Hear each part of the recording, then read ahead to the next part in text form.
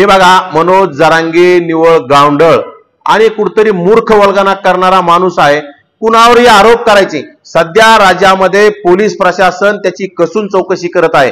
त्या बीड जिल्ह्यामध्ये संतोष भैया देशमुखांचे कोण मारेकरी आहेत, कोण नाहीत, जे बरेचसे अटक आहेत आणि आणखी कोण त्याच्यामध्ये आहे, एसआयटी आहे, सीआयडी आहे। आता मला तर वाटतं मनोज जरांगेला एसआयटीचा आणि सीआयडीचं प्रमुख करून टाकावं, म्हणजे तो नेमकं त्याला काय बोलायचंय आणि काय करायचंय त्यातून त्याला निष्पन्न होईल। धनंजय मुंडेला जात जनता नको, त्याला फक्त पैसा आणि पद पाहिजे। धनंजय मुंडे क्रूर आहे, त्याला क्रूर शब्द सुद्धा कमी आहे। जरांगे कोण आहे?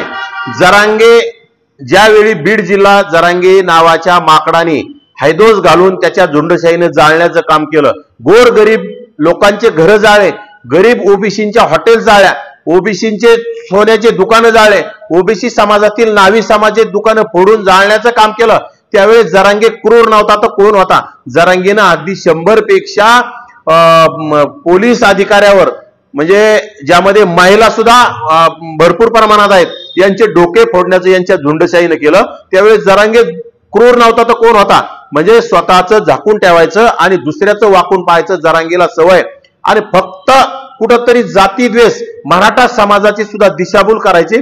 आणि जरांगेला मराठा समाज आता बाजूला गेलाय, जरांगेकडे गर्दी राहिली नाही, म्हणून काहीतरी इव्हेंटवर इव्हेंट करायचा। खरं तर ह्या बालिश जरांगेला मला सांगायचंय की जरांगे, तू ज्या धनगर समाजाला वेळोवेळी म्हणत होता की मी धनगर समाजाला आरक्षणासाठी लढा देणार आहे, मी धनगर समाजाला आरक्षण मिळवून देणार आहे, अरे भामट्या, आज त्या लातूर जिल्ह्यात माऊली सोट नावाचा धनगर समाजातील तरुण, ज्याची हत्या झाली, 15-20 जणांनी अतिशय निर्गुण त्याची हत्या केली, त्यावर जरांगे नावाचा छपरी माणूस का बोलत नाही? त्यावर सुरेश धस नावाचा बालिश आमदार, जे ही मंत्रिपदासाठी कोणावरही चिखलफेक करण्याचं काम करत आहे, तो का बोलत नाही? जो कधीही सुधीत नसतो असा संदीप क्षीरसागर हा का बोलत नाही? बजरंग सोनवणे का बोलत नाही? खरं तर हे फक्त एका जातीचं काम करत आहेत, याला सर्व समाजाची मतं चालतात, परंतु एका जातीचं नेतृत्व करण्याचं हे काम करत आहेत। आणि कुठेतरी वल्गना सर्व जातींचं आम्ही नेतृत्व करत आहेत सांगायचं आणि फक्त समाजात भांडणं लावण्याचं काम ह्या लोकांनी केलंय, परंतु सर्व समाजाने या लोकांना आता ओळखलं पाहिजे। राष्ट्रवादीचे 2 दिवसीय अधिवेशन होत आहे।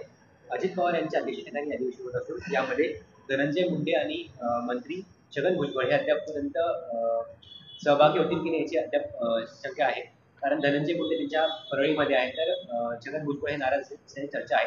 काय वाटतं, त्यांना बाजूला सारण्याचा एक प्रयत्न होत असेल का? नक्कीच या देशाचे ओबीसीचे नेते छगन भुजबळ साहेब असतील, यांना राष्ट्रवादीने त्यांच्या तोंडाला पाणी पुसण्याचं काम केलं। ज्या माणसाच्या जीवावर या राज्यामध्ये खरं तर राष्ट्रवादीचे 5 पेक्षा जास्त आमदार निवडून आले नसते, परंतु भुजबळ साहेबांच्या नेतृत्वात आम्ही सुद्धा अनेक वर्षापासून त्यांच्या नेतृत्वात काम करत आलो आणि त्यांच्यामुळं आमच्यासारखे कार्यकर्ते सर्व एकवटून त्या राष्ट्रवादीला भरघोस असं मतदान ओबीसीनं केलं आणि राष्ट्रवादीचे 40 पेक्षा जास्त आमदार निवडून आणण्याचं काम केलं। त्याच राष्ट्रवादीनं भुजबळ साहेबांना डावललंय, त्यांना नक्कीच ज्येष्ठ म्हणून मंत्रीपद देणं गरजेचं होतं, परंतु कुठतरी जाती द्वेष आणि कुठतरी अजितदादांच्या मनात सुद्धा काही खतखत असेल, पूर्वीची त्यांची मैत्री दुश्मनी काय जी असेल ते काढण्याचा प्रयत्न झाला असावा, आणि नाहीतर कुठतरी जरांगे नावाच्या बालिश माणूस आहे, सध्या राजकीय मराठा ओबीसी वादामुळं यांना बाजूला ठेवण्याचं काम केलं असेल, परंतु ते अत्यंत चुकीचे। भुजबळ साहेबांना न्याय द्यायला पाहिजे होता, परंतु ह्या गोष्टी आज सुरू असताना भुजबळ साहेबाला मंत्रिपद न मिळाल्यामुळं एखाद वेळेस भुजबळ साहेब नाराज असू शकतात आणि भुजबळ साहेब जाणार बी नाहीत, परंतु धनंजय मुंडे यांना नक्कीच कुठतरी चौकशीच्या नावाखाली आणि कुठतरी धनंजय मुंडेवर यांच्यावर आरोप होते, परंतु हे आरोप आहेत, आरोप सिद्ध झाल्याच्या नंतर त्यांच्यावर कारवाई होईलच ना, परंतु एखाद्या कुठल्याही व्यक्तीवर आरोप करणं सोपं असतं।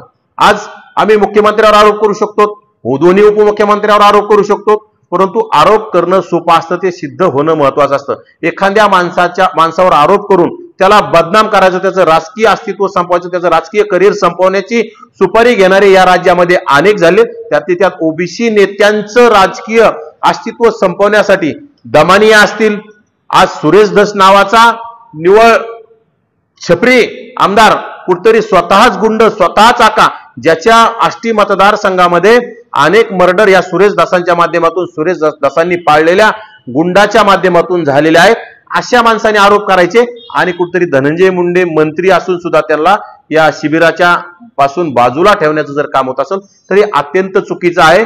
मुख्यमंत्री उपमुख्यमंत्र्यांचा सुद्धा आपापल्या मंत्र्यावर विश्वास पाहिजे, कारण की मंत्री येणाऱ्या काळात दोषी जर असले तर त्यांच्यावर कारवाई करा, परंतु तुम्ही एखादा व्यक्ती त्यांच्यावर आरोप करत असाल आणि तुम्ही त्यांना बाजूला करत असाल तर हे योग्य नाही आणि ती कुठेतरी न्यायदायी नाही असं आम्हाला वाटतंय.